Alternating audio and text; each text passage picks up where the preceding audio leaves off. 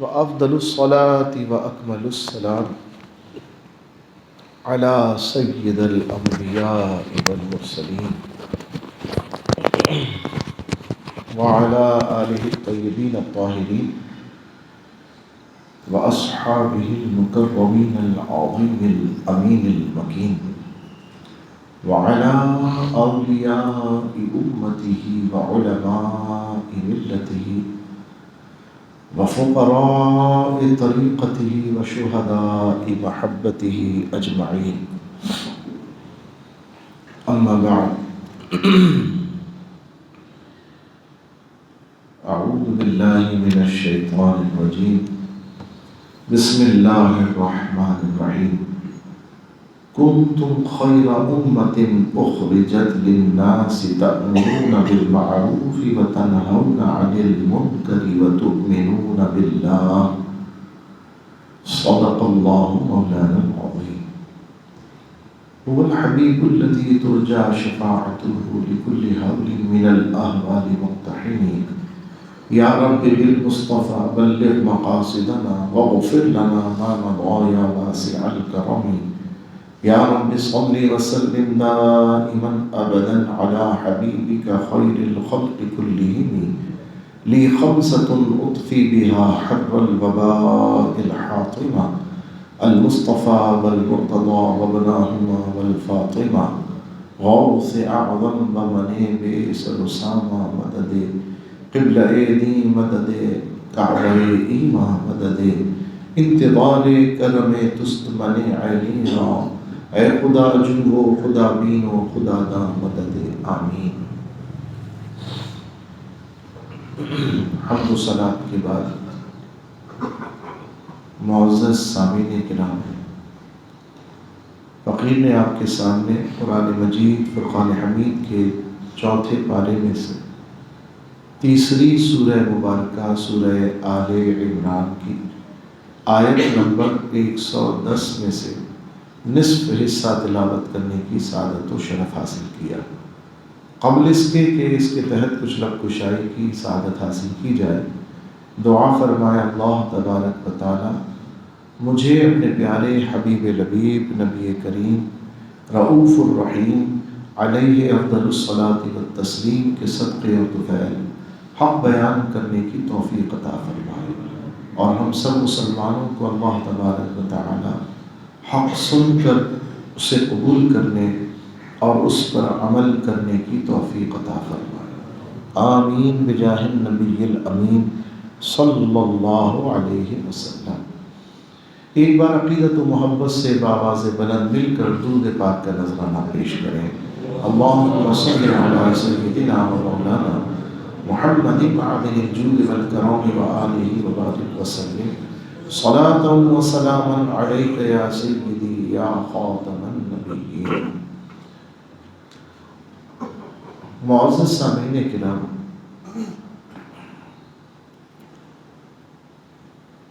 یہ مضمون جو ہم آپ کے سامنے لے کے چل رہے ہیں، یہ اس دور کی ضرورت ہے، اور عالم اسلام جس تفریق اور انتشار کا شکار ہے، اس تفریق اور انتشار کو ختم کرنے کے لیے اور مسلمانوں کی وحدت کو مضبوط کرنے کے لیے اس مضمون کی اور اس موضوع کی ہمیں ضرورت ہے۔ یہ بات ہم نے بارہا کہی کہ قرآن کریم ہر دور کا رہنما اور رہبر ہے۔ یہ جذباتی جملہ بھی ہے، ایمانی جملہ بھی ہے، اور یہ دلائل کے اعتبار سے، عقل و خرد کے اعتبار سے بھی یہ بات ثابت ہے۔ ایمان اور عقیدے اور جذبات کے لحاظ سے تو ہر مسلمان یہ بات فوراً قبول کر لیتا ہے، لیکن عقل و خرد کے معیار پر، دلائل کے معیار پر، دنیا کے اسٹینڈرڈ پر اس بات کو قبول کرنا تھوڑی دیر کے لیے مشکل ہوتا ہے۔ ہم نے اس مضمون کو اسی لیے اختیار کیا تاکہ آپ کے سامنے اسی بات کو عقل و خرد کے پیمانے پر دلائل کی تناظر میں یہ ثابت کریں کہ یہ قرآن ہمارے لیے رہبر و رہنما ہے، یہ قرآن ہمارے لیے آج بھی اسی طرح رہنمائی فرما رہا ہے جس طرح اپنے نزول کے وقت اس نے اپنے محبوب علیہ الصلاۃ والسلام کے سچے غلام صحابہ کرام کو ہدایت عطا فرمائی اور ہدایت کے لیے روشنی کا کام کیا۔ اسی طرح 1400 سال کے بعد بھی یہ قرآن اسی آب و تاب کے ساتھ اپنی روشنی سے دلوں کی سیاہی کو دور فرما رہا ہے اور منور فرما رہا ہے۔ اور اسی قرآن کا ایک عجیب پہلو بھی ہے، وہ یہ ہے کہ یہ قرآن یہ کہتا ہے سورہ بقرہ میں کہ یضل بہ کثیرا ویہدی بہ کثیرا، اس قرآن کو پڑھ کے ہی لوگ ہدایت پاتے ہیں اور اسی قرآن کو پڑھ کر لوگ ہدایت نہیں پاتے۔ بہت سے، کثیرہ کا لفظ استعمال آیا، کثیرہ کے معنی بہت سے لوگ اسی کو پڑھ کر ہدایت پاتے ہیں اور بہت سے لوگ اس کو پڑھ کر ہدایت نہیں پاتے۔ یہاں بات جب یہ قرآن رہبر و رہنما ہے تو رہبر و رہنما تو ہمیشہ ہدایت دیتا ہے، رہبر و رہنما تو ہمیشہ رہنمائی کرتا ہے، رہبر و رہنما تو ہمیشہ سیدھی راہ دکھاتا ہے، لیکن اس قرآن کے اس دعوے نے یا اس بیان نے تھوڑا سا کنفیوژن ذہنوں میں یہ کریٹ ہوتا ہے کہ کیا قرآن پڑھ کر بھی کوئی ہدایت نہیں پا سکتا؟ اب یہ سوال پیدا ہو جاتا ہے، اور یہ دعویٰ تو قرآن خود کر، یہ بیان تو قرآن خود فرما رہا ہے کہ یضل بہ کثیرا، اسی کو پڑھ کر بہت سے لوگ ہدایت نہیں پاتے۔ میں یضل کا ترجمہ بے ہدایت کر رہا ہوں، حالانکہ یضل کا ترجمہ جو ہے وہ گمراہی ہے۔ ضال کہتے ہیں گمراہی کو، ضال یہ ضاد الف لام، اس کے معنی ہوتے ہیں گمراہی۔ جیسے آپ سورہ فاتحہ پڑھتے ہیں نا، غیر المغضوب علیہم ولا الضالین، کیا معنی ہوئے؟ اے اللہ ہمیں ان کے رستے پہ نہ چلا جس پر تیرا غضب نازل ہوا اور جو گمراہ ہو گئے۔ پہلے دعا کر رہے ہیں ہمیں نیکوں کے رستے پہ چلا، اہدنا الصراط المستقیم صراط الذین انعمت علیہم، یہاں تک بات ہے کہ چلا ہمیں نیکوں کے رستے پر جن پر تو نے انعام فرمایا، غیر المغضوب ان کے رستے پہ نہ چلانا جن پر غضب ہوا، جو مغضوب ہیں۔ اور یہاں مفسرین کی کثرت اس بات پر رائے رکھتی ہے کہ یہاں مغضوب علیہم سے مراد کون سی جماعت ہے؟ یہود۔ یہود اللہ کا غضب نازل ہوا ان کے اوپر، یہود کے اوپر، کہ انہیں نعمتیں دی گئیں اور وہ بدماشی کرتے چلے گئے، نعمتوں کی قدر نہیں کی۔ یا بنی اسرائیل اذکروا نعمتی التی انعمت علیکم، اللہ بار بار قرآن میں فرما رہا ہے اے یہود یا اے بنی اسرائیل جنہیں یہود کہا جاتا ہے عرف میں، یاد کرو ہم نے تم پر کتنی نعمتیں اتاری۔ لیکن وہ کبھی کسی بات سے پھر جائیں، کبھی کسی بات سے پھر جائیں، کبھی کوئی ڈیمانڈ، کبھی کوئی فرمائش، کبھی کچھ، اور کبھی تو انہوں نے ایمان کو چھوڑ کر شرک کو قبول کر لیا، بچڑے کی پوجا شروع کر دی۔ موسیٰ علیہ الصلاۃ والسلام کوہ طور پر تشریف لے کر گئے، پیچھے سامری نے بچڑا، سونے کا بچڑا بنایا اور اس میں ہوا کے سوراخ ایسے اینگل سے رکھے، ہوا کے سوراخ بنائے، اور اس کے بعد اس کو اس اینگل سے رکھا کہ آپ جانتے بانسری بھی بجتی ہے تو کس سے بجتی ہے بھائی؟ سوراخ ہوتے ہیں اور ہوا گزرے، مخصوص انداز سے اس سوراخوں میں سے ہوا پاس ہو تو باجا بج جاتا ہے۔ یہ بین ہے، یہ جو بھی چیز بج رہی ہے یہ ہوا سے بج رہی ہے، ہارمونیم ہے، اس کو ہوا پش کی جاتی ہے ہاتھ سے، اور پھر اس کے اینگل کو، اس کے نوب کو گھمایا جاتا ہے، دبایا جاتا ہے تو وہ آوازیں نکالتا ہے۔ پیانو ہے وہ بھی ہوا سے چل رہا ہوتا ہے۔ اب الیکٹرک کا دور آ گیا، بجلی سے چلنے لگ گئے، لیکن پہلے کس سے چلتے تھے؟ ہوا سے چلتے تھے۔ ہوا اور سوراخ، سیٹی بجتی ہے تو کیسے بجتی ہے؟ ہوا اور سوراخ کا کمبینیشن ہے تبھی آواز نکلتی ہے۔ بس سامری کے دور میں بھی الیکٹریسٹی تو تھی نہیں، نہ الیکٹرانک ڈیوائس تھی، اس کو چالاکی سے یہ راز پتہ تھا کہ ہوا کو اور سوراخوں کا کمبینیشن ایسے بنایا جائے کہ جب اس کو خاص اینگل پر رکھیں گے تو اس میں سے بجنے کی آواز آئے گی. وہی انہوں نے کیا. سامری نے اس نے بچڑا بنا کر اس میں سوراخ کیے اور اسے جب ہوا کے اینگل کے اوپر رکھا تو بچڑے میں سے آواز آنے لگی. اس نے کہا دیکھو یہ تمہارا خدا ہے جو بول رہا ہے. قوم تو جاہل تھی, قوم تو عقل سے پیدل تھی. انہوں نے دیکھا تماشا, آواز آ رہی ہے, وہ اس کو سجدہ کرنے لگ گئے, وہ اس کو پوجنے لگ گئے. کتنے دن پوجا؟ قرآن بتاتا ہے 40 دن پوجا. 40 دن, کیونکہ حضرت موسیٰ علیہ السلام کوہ طور پر تھے, اعتکاف فرمایا تھا آپ نے, اللہ کا حکم لینے گئے تھے, اللہ سے کلام فرمانے گئے تھے, اللہ نے بلایا تھا. اور 40 دن کے بعد کچھ دن اور بھی ٹھہر گئے تھے. سبحان اللہ. اور وہاں سے الواح توریت لے کر آئے تھے جو اللہ نے انہیں عطا فرمائی تھی. توریت شریف کی الواح, لوح, تختیاں لے کر آئے قرآن کے, وہ جو 10 کمانڈمنٹس کہلاتے ہیں, 10 احکامات. اس پر انگریزوں نے تو فلم بھی بنائی ہوئی ہے دی 10 کمانڈمنٹس کے نام سے. وہ 10 الواح, 10 احکامات لے کر آئے. اور جب آئے, اچھا قوم میں اپنے بھائی کو چھوڑ کر گئے تھے, حضرت ہارون علیہ السلام کو.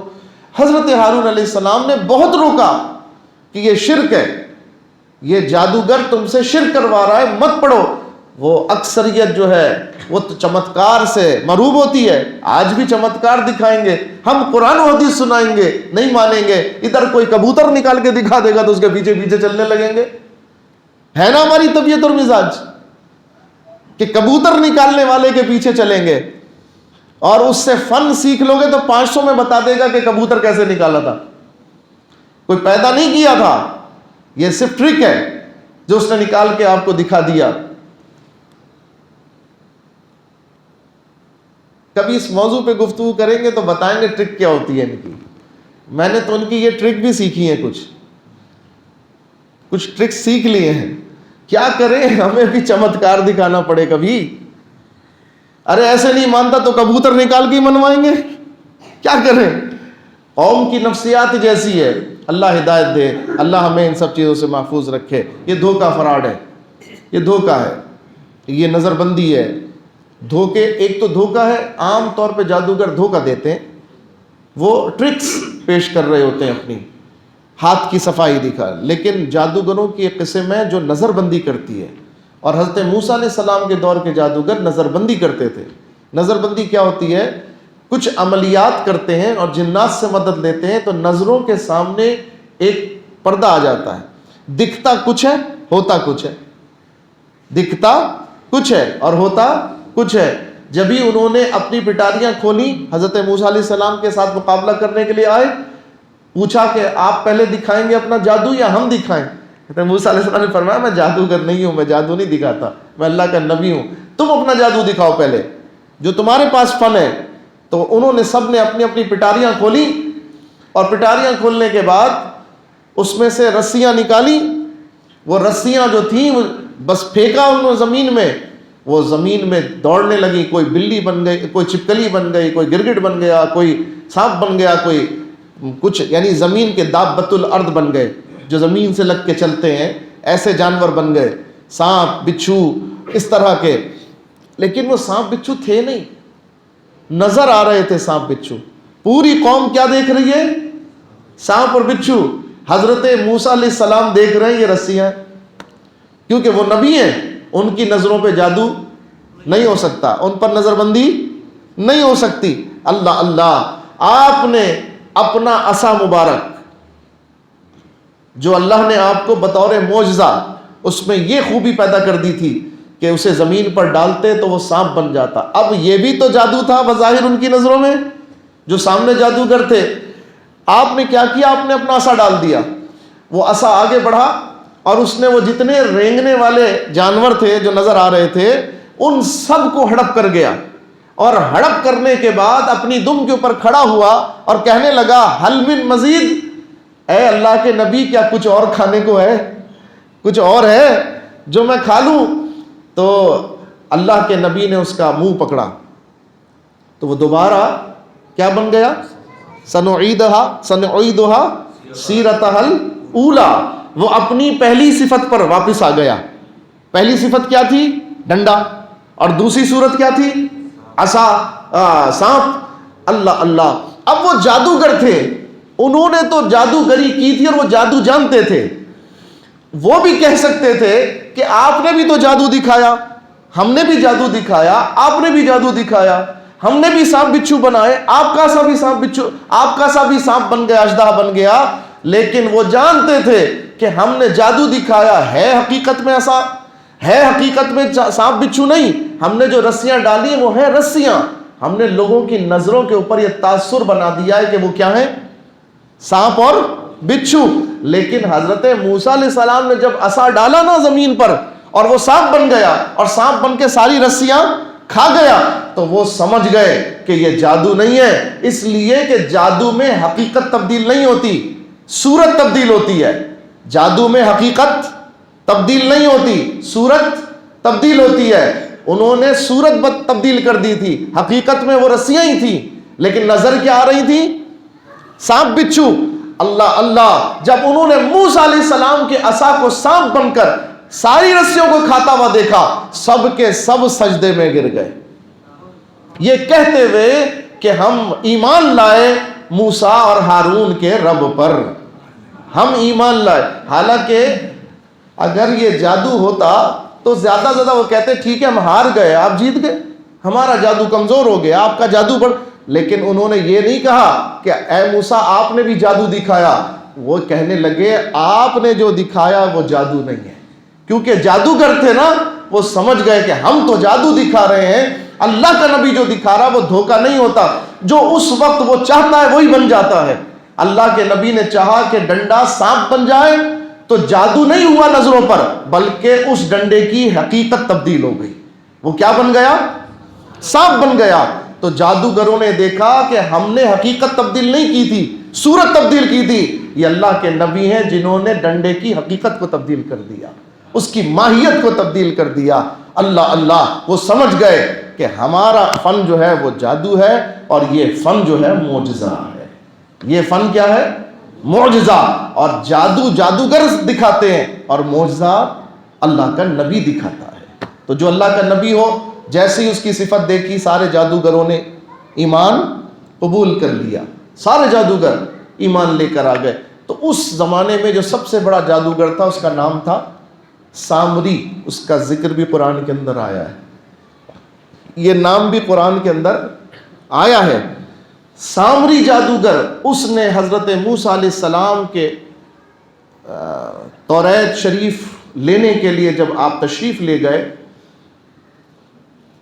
پہاڑ کے اوپر، کوہ طور پر، تو اس دوران اس نے پھر بہکانے کی کوشش کی قوم کو، اور بنی اسرائیل کو بچڑے کی پوجا پہ لگا دیا۔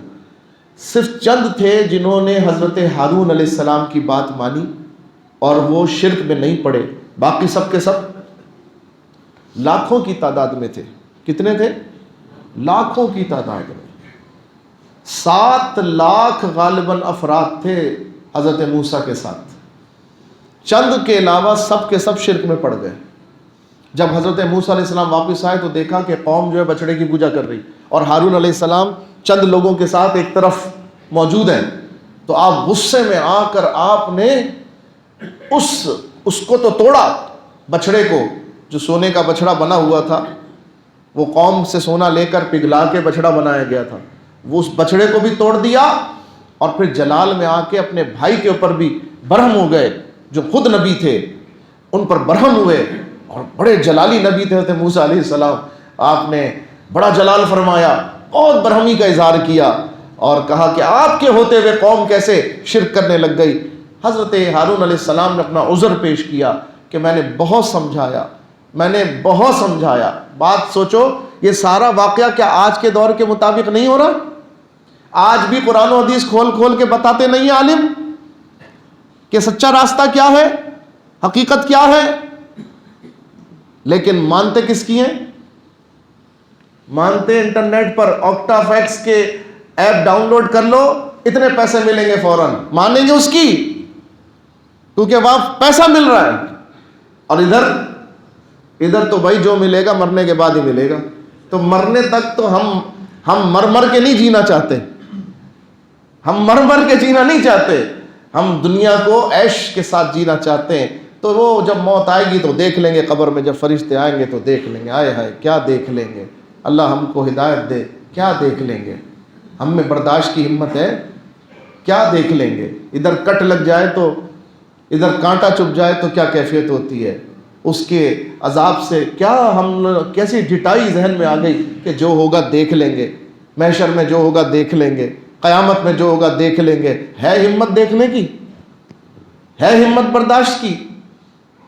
اتنا نازک تو بدن ہے کہ تکلیف ذرا سی برداشت نہیں ہوتی، اور اتنا بڑا ڈٹائی کا دعویٰ کہ قیامت میں جو ہوگا دیکھ لیں گے. کیا دیکھ لیں گے؟ کتنی جرأت ہے ہمارے اندر دیکھنے کی؟ اللہ کے عذاب کو دیکھ سکتے ہیں؟ اللہ کے عذاب سے برداشت کر سکتے ہیں اس کا عذاب؟ اس کے محبوب علیہ السلام نے فرمایا ایک گناہ کے عذاب کے اوپر، فرمایا 500 برس کی راہ سے جہنم کی بدبو آتی ہے. 500 برس کی راہ سے جہنم اتنی دور ہوگی کہ ابھی 500 برس چلتے رہو تو فاصلہ ہے، اتنی راہ سے اس کی بدبو آئے. اور وہ بدبو ایسی کہ انسان کا دماغ پھٹ جائے صرف بدبو سے. ابھی تو عذاب کچھ اور آیا ہی نہیں، ابھی تو جسم پہ تکلیف آئی نہیں، ہمیں تو مہک برداشت نہیں. ہماری حالتیں تو یہ ہوں گی. عزیزان گرامی، وہ پوجنے لگے بچڑے کو. موسیٰ علیہ السلام نے آ کے بچڑا بھی توڑ دیا، اپنے بھائی پر بھی جلال کیا. اب اس کا عذاب قرآن میں یہ بیان کیا. اللہ نے حکم دیا اے موسیٰ ان سے کہہ دو کہ یہ اس کی سزا کے طور پر آپس میں ایک دوسرے کو قتل کریں، ایک دوسرے کو ماریں. جنہوں نے بچڑا پوجا یہ ایک دوسرے کو ماریں، اور ایک سزا یہ ملی کہ بندر بن جائیں. جنہوں نے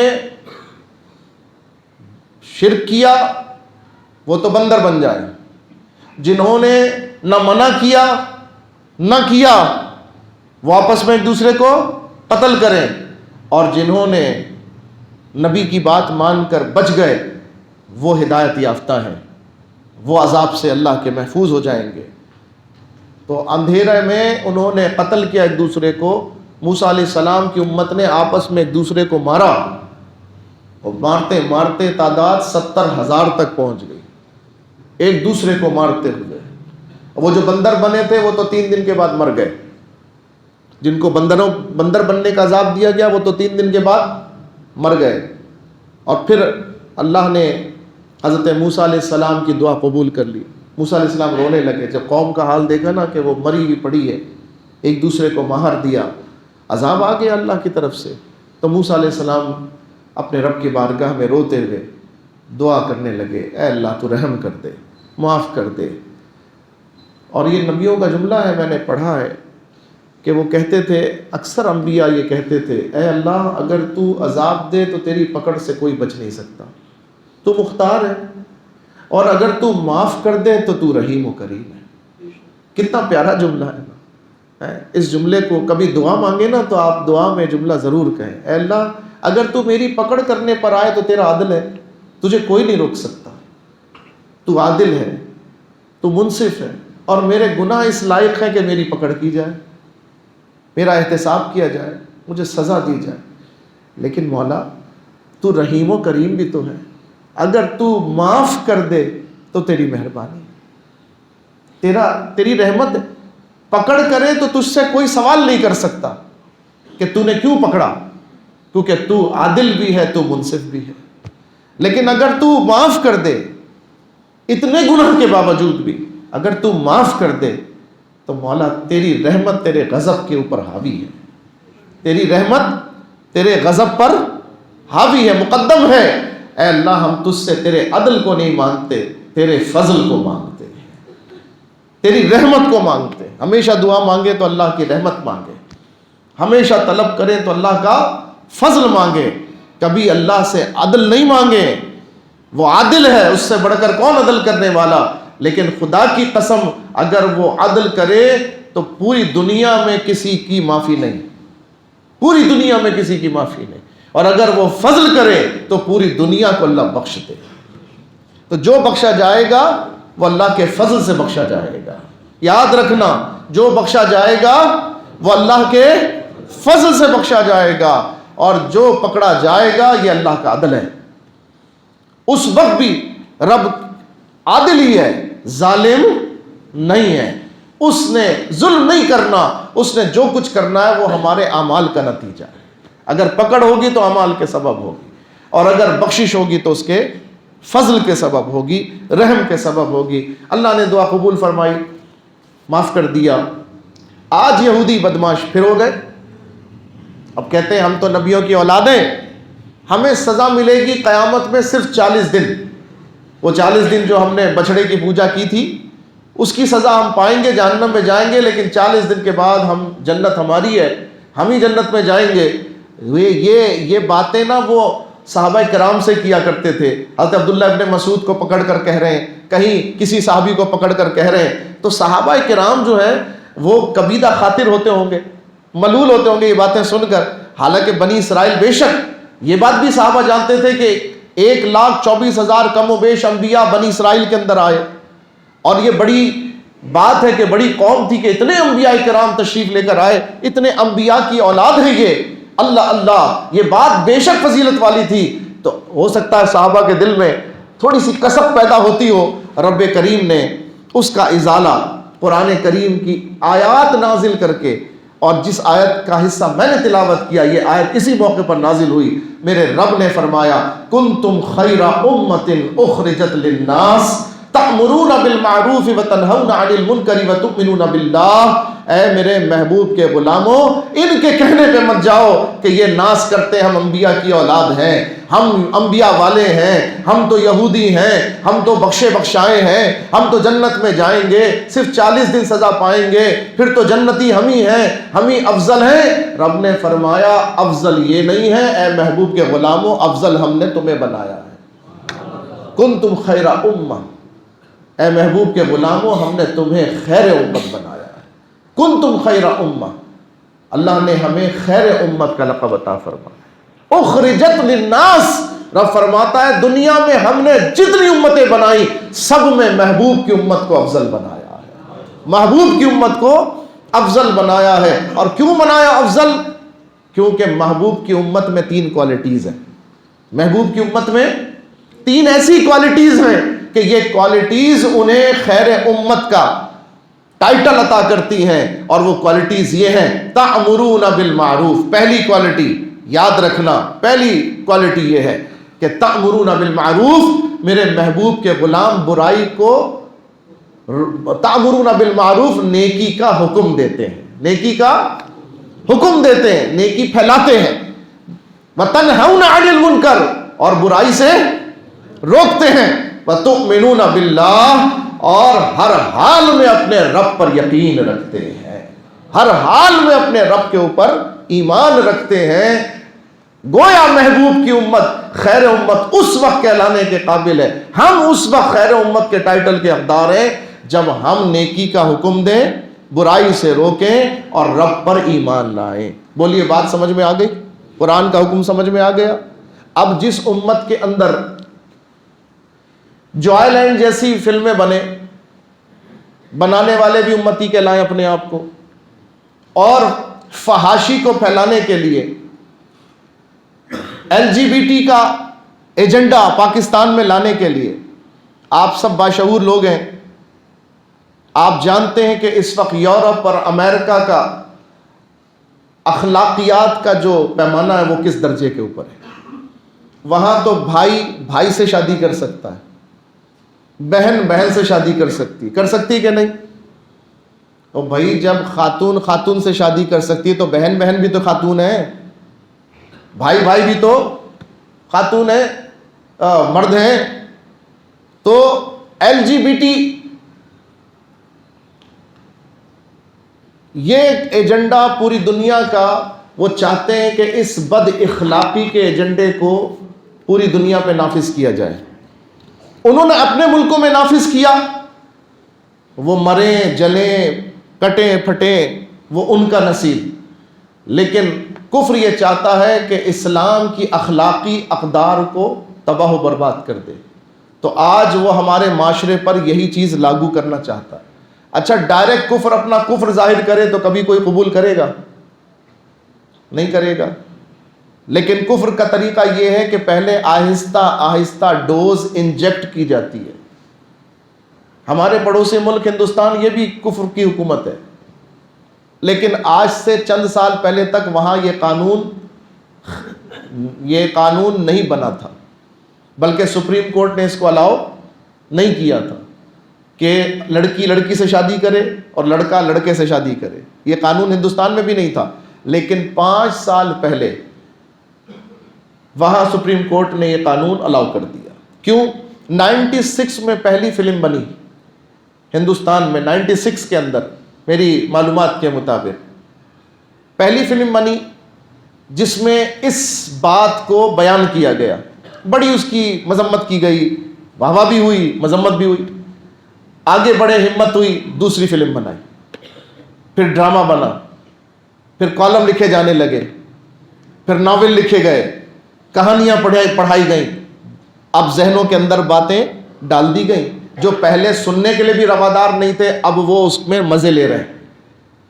پھر بات آہستہ آہستہ بڑھتے بڑھتے معاشرے میں اتنی سرایت کر گئی کہ ایک کیس پکڑا گیا، سزا ہو گئی، دوسرا کیس پکڑا گیا، اب ہیومن رائٹس والے چلانے لگے، جناب اس بات پر سزا کیوں دے رہے ہیں؟ یہ تو ہیومن رائٹس ہیں، یہ تو فلاں ہیں، یہ تو فنڈامنٹل رائٹس ہیں، ہر انسان کو آزادی ہے، بولنے کی بھی ہر انسان کو آزادی ہے، کھانے کی بھی ہر انسان کو آزادی ہے، جینے کی بھی، جیسے چاہے بولے، جو چاہے پہنے، جیسا چاہے کھائے اور جیسا چاہے جیے۔ اب جی اس بنیاد پر سپریم کورٹ نے نقطہ قبول کر لیا، اور پھر اب جب اگلی فلم بنی تو مخالفت کم ہو گئی، موافقت بڑھ گئی، اس سے اگلی فلم بنی، اب کہیں سے آواز اکا دکا اٹھ رہی ہے۔ جب یہ سب باتیں ہو گئی تو اب دلیل دی گئی، پھر کیس آیا سپریم کورٹ کے اندر، دلیل دی گئی جناب کہیں کوئی معاشرے میں اس سے اختلاف نہیں ہے، جو اختلاف تھا ختم ہو گیا، جو بات تھی کنونس کر دی گئی، اب ذہن سارے کلیئر ہو گئے، تو جناب قانون کو پاس کر دیا جائے۔ سپریم کورٹ نے دیکھا مخالفت نہیں ہے، قانون پاس کر دیا۔ آج ہندوستان کے اندر آپ خدا نہ خواستہ وزٹ کے لیے اگر جائیں گے تو ذرا گھبرائیے گا کہیں کوئی آپ کو شادی کی آفر نہ کر دے، ذرا گھبرائیے گا، اپنی عزت بچا کر چلیے گا۔ خواتین سے بچانے کی ضرورت اب نہیں ہے، مردوں سے بچانے کی ضرورت ہے۔ کہیں آپ کو پتہ نہیں شادی کا دعویٰ کر دیا جائے آپ کے ساتھ۔ تو عزیزان گرامی، جس طرح یہ طریقہ کار ہے، میں بڑے دکھ سے بات کہنا چاہتا ہوں، اب پاکستان میں بھی انہی کے ایجنٹ جو مسلمان بنے ہوئے ہیں، مسلمان گھرانوں میں پیدا ہوئے ہیں، لیکن فکر میں مسلم نہیں ہیں، فکر میں وہ کافر ہیں، فکر میں وہ کافروں سے مرعوب ہیں، سیکولر ہیں، لادین طبقے سے متاثر ہیں، الحاد کی طرف جا رہے ہیں۔ آخر وہ video, film, mobile, social media, کہانی، ناول، اس کے ذریعے اب ہمارے معاشرے میں یہی بد اخلاقی کو لانا چاہ رہے ہیں۔ اگر ہم نے آج ان کی اس بد اخلاقی کو برداشت کر لیا تو میرے منہ میں خاک، کل آپ کا لڑکا کسی لڑکے کو بیاہ کر گھر لے کر آئے گا اور کہے گا ابا جان قبول کرو یہ میری بیوی ہے۔ یہ معاشرہ ہمارا اجازت دے گا؟ اس کو دینی چاہیے۔ اچھا یہ تو جذباتی میں نے آپ کو بھڑکا رہا ہوں قانون کے خلاف، دنیا کی ترقی کے خلاف بھڑکا رہا ہوں نا، میں آپ کو امریکہ کی ترقی کے خلاف بھڑکا رہا ہوں مولوی ہو کر۔ مجھے کیا پتا ترقی کا، مجھے کیا پتا امریکہ تو چاند پر پہنچ چکا ہے، مجھے کیا پتا امریکہ تو مریخ پر پہنچ چکا ہے، لیکن تم ابھی تک اسی کتاب کو لیے بیٹھے ہوئے ہو، تم ابھی تک اسی کتاب کی باتیں کر رہے ہو۔ زمانہ تو چاند پر پہنچ گیا، تو میں کہوں گا وہ چاند پر پہنچے یا کہیں بھی پہنچے، اللہ مجھے ہمیشہ اس سے جڑا رکھے، اللہ مجھے اس سے ہمیشہ وابستہ رکھے کہ میں نے اس کتاب کے اندر پڑھا ہے، اسی کتاب سے مجھے بتایا گیا حضرت ابراہیم علیہ السلام کا، حضرت ابراہیم علیہ السلام کے سگے بھتیجے حضرت لوط علیہ السلام، آپ کی قوم سدوم کی آبادی کے اندر آپ کی قوم آباد تھی، وہ قوم اسی بد فطرتی کے اندر مبتلا ہوئی اور اسی بد فطرتی کی وجہ سے اللہ نے ان کو عذاب دیا اور ان کی پوری قوم کو تباہ و برباد کر دیا، پتھر کا بنا دیا، چنگھاڑ نے ان کو تباہ و برباد کر دیا۔ اے خدا کے بندو، کیا تم دوبارہ سے اس قوم کی تاریخ کو دہرانا چاہتے ہو؟ آپ کہیں گے اچھا اگر امریکہ اور یورپ وہ کرنے لگے تو اب عذاب کیوں نہیں آ رہا؟ اب عذاب کیوں نہیں آ رہا؟ بھائی پہلے آ گیا تو اب کیوں نہیں آ رہا؟ تاکہ ہم بھی دلیل سے سینہ چوڑا کر کے کہہ دیکھو ہم منع کرتے تھے نا، یہ کرو گے تو عذاب آئے گا۔ تو بھائی بات یہ ہے جب سے سرکار علیہ الصلوۃ والسلام کی بعثت ہو گئی ہے اس کائنات میں، اللہ کے آخری نبی خاتم النبیین محمد الرسول اللہ صلی اللہ علیہ وسلم اس کائنات آب و گل کے اندر آخری نبی کی حیثیت سے تشریف فرما ہو چکے۔ اب رب کریم نے قرآن میں ہی یہ وعدہ کر لیا، محبوب جب تک تم ان میں جلوہ گر ہو ہم عذاب اجتماعی نہیں بھیجیں گے، کیونکہ تم ان میں جلوہ گر ہو۔ سرکار جلوہ گر ہے اس دنیا میں۔ اب راج کس کا ہے؟ سرکار کا راج ہے۔ ادھر بھی راج سرکار کا، ادھر بھی، یہاں بھی سرکار کی راجدھانی ہے، وہاں بھی سرکار کی راجدھانی ہے۔ وہ محبوب دو عالم صلی اللہ علیہ وسلم تشریف فرما ہے اس کائنات آب و گل کے اندر، اس لیے رب نے اپنے ذمہ کرم پر یہ لے لیا کہ محبوب جلوہ گر ہے، عذاب اجتماعی نہیں آئے گا، ہاں عذاب قریب ہے ان کے لیے۔ رب نے بار بار قرآن میں فرمایا قیامت قریب ہے۔ پھر محبوب کے امتیوں تم دیکھو گے ہم نے جو تمہیں قرآن میں بتایا تھا وہی سچ تھا، وہی سچ ہے، اور اے محبوب کے امتیوں تم نے جس پر مان رکھا اور مان رکھ کر اس برائی سے بچے رہے، ہم قیامت میں تمہیں دکھائیں گے کہ تم اور کافر کھڑے ہوگے اور ہماری رحمتوں کا تاج کس کے سر کے اوپر سجے گا، یہ قیامت میں پتہ چلے گا۔ اب فیصلہ دنیا میں اجتماعی طور پر نہیں ہوگا، اب دنیا میں اجتماعی طور پر فیصلہ نہیں ہوگا۔ اگر مومن ہو، غیب پر یقین رکھتے ہو، قیامت پر یقین رکھتے ہو، مرنے کے بعد دوبارہ زندہ ہونے پر یقین رکھتے ہو، اور الحمدللہ رکھتے ہیں، الحمدللہ رکھتے ہیں، تو ہمیں اپنے رب کے وعدے پر بھروسہ کرنا ہوگا، ہمیں اپنے رب کے وعدے پر بھروسہ کرنا ہو۔ جو آج اس لعنت کے اندر پڑنا چاہتے ہیں وہ اپنے رب کے اوپر بھروسہ نہیں کرتے، اور رب نے فرمایا تم بہترین امت ہو اور تمہاری کوالٹی یہ ہے کہ تم رب پر بھروسہ رکھتے ہو، تم رب پر بھروسہ رکھتے ہو۔ آؤ ہم یہ عہد کریں، ہم چند ہیں، 200 300 400 500، لیکن مالک کی بارگاہ میں قلت و کثرت کی کوئی حیثیت نہیں ہے۔ تم سچائی پر ڈٹے رہو اگر ایک بھی ہو، تم حق کے لیے کھڑے رہو اگر ایک بھی ہو، مالک کی رضا اور مالک کی مدد تمہارے ساتھ ہے، مالک کی حمایت تمہارے ساتھ ہے، قدرت کی مدد تمہارے ساتھ۔ ان تنصروا اللہ ینصرکم، تم اللہ کے دین کی مدد کرو اللہ تمہاری مدد فرمائے گا۔ آؤ اس ایمان کا اظہار کرو کہ ہم خیر امت بننا چاہتے ہیں، ہم نیکی کی دعوت پھیلانا چاہتے ہیں، ہم برائی سے روکنا چاہتے ہیں، اور ہم اپنے رب پر بھروسہ رکھتے ہیں، ہم اپنے رب پر بھروسہ رکھتے ہیں، اور انشاءاللہ اللہ نے ہمیں جتنی طاقت اور بساط اور ہمت و اہلیت دی، ہم اس ملک کو اس ناپاک سازش سے بچانے کی کوشش کریں گے، کرنی چاہیے ہمیں۔ اچھا اگر کسی کو اختلاف ہے میری بات سے، بھائی وہ مجھے آ کے ملے اور بتائے دلائل سے کہ نہیں جناب پاکستان ترقی اسی وقت پائے گا جب لڑکے کے لڑکی سے شادی ہوگی۔ اگر کوئی شخص مجھے یہ سمجھا دے کہ یہ پاکستان کا ترقی پانا اس لیے رکا ہوا ہے کہ مولوی مسجدوں سے لڑکے لڑکے کی شادی منع کر رہے ہیں، لڑکی لڑکی کی شادی سے منع کر رہے ہیں، یہی وجہ ہے ترقی نہ ہونے کی وجہ، یہی وجہ ہے۔ یہ ملک اس لیے ترقی نہیں پایا، یہ ملک اس لیے ناکام ہوا کہ ہم نے یورپ کے ثقافت کو اختیار نہیں کیا، شراب پہ پابندی لگا دی، ہم نے اس لیے کہ یہاں پہ مسلمان عورت ابھی بھی باحیا نظر آتی ہے، ابھی بھی اجتماعی طور پر یہ نہیں کہا جا سکتا کہ یہ معاشرہ پورا ننگا ہو چکا ہے، نہیں کہا جا سکتا نا۔ الحمدللہ ہمیں حیا کے نظارے بھی نظر آ رہے ہیں، ابھی بھی لوگوں کے چہروں پہ داڑھی نظر آ رہی ہے، ابھی بھی سروں پہ ٹوپی اور عمامہ سجا ہوا ہے، ابھی بھی مسجدیں اللہ کے حضور جھکنے والوں سے بھری ہوئی ہیں، ابھی بھی آنکھیں اس کا ذکر سن کر روتی ہیں۔ ارے جب تک یہ سلسلہ جاری رہے گا تب تک امید کا آخری چراغ جلتا رہے گا، انشاءاللہ تعالی امید رہے گی برقرار، اور جب تک امید رہے گی ہم قرآن کے حکم کو عام کرتے رہیں گے، ہم قرآن کا پیغام عام کرتے رہیں گے۔ بولو کیا مجھے اس منبر پر بیٹھ کر یہ بیان کرنا چاہیے کہ نہیں کرنا چاہیے؟ آپ کو درست بات بتانی چاہیے کہ نہیں؟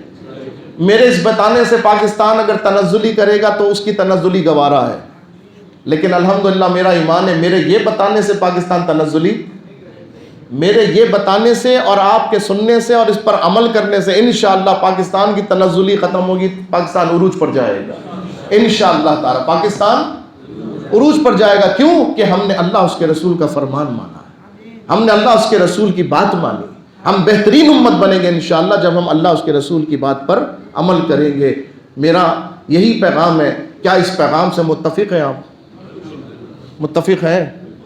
اگر ہاتھ میں درد نہیں تو ذرا اپنے ہاتھوں کو اللہ کی بارگاہ میں گواہ بنا دیں، اے اللہ ہم نے قرآن کا جو پیغام سنا ہے ہم اس سے متفق ہیں، ہم یہود و نصارہ کے اس سازش پر عمل نہیں کریں گے، ہم بندر نہیں بننا چاہتے، ہم تیرا عذاب نہیں چاہتے، ہم تیرا فضل چاہتے ہیں۔ اے اللہ تو ہمیں اپنے کلام میں بیان کردہ احکام پر عمل کرنے والی امت بنا دے۔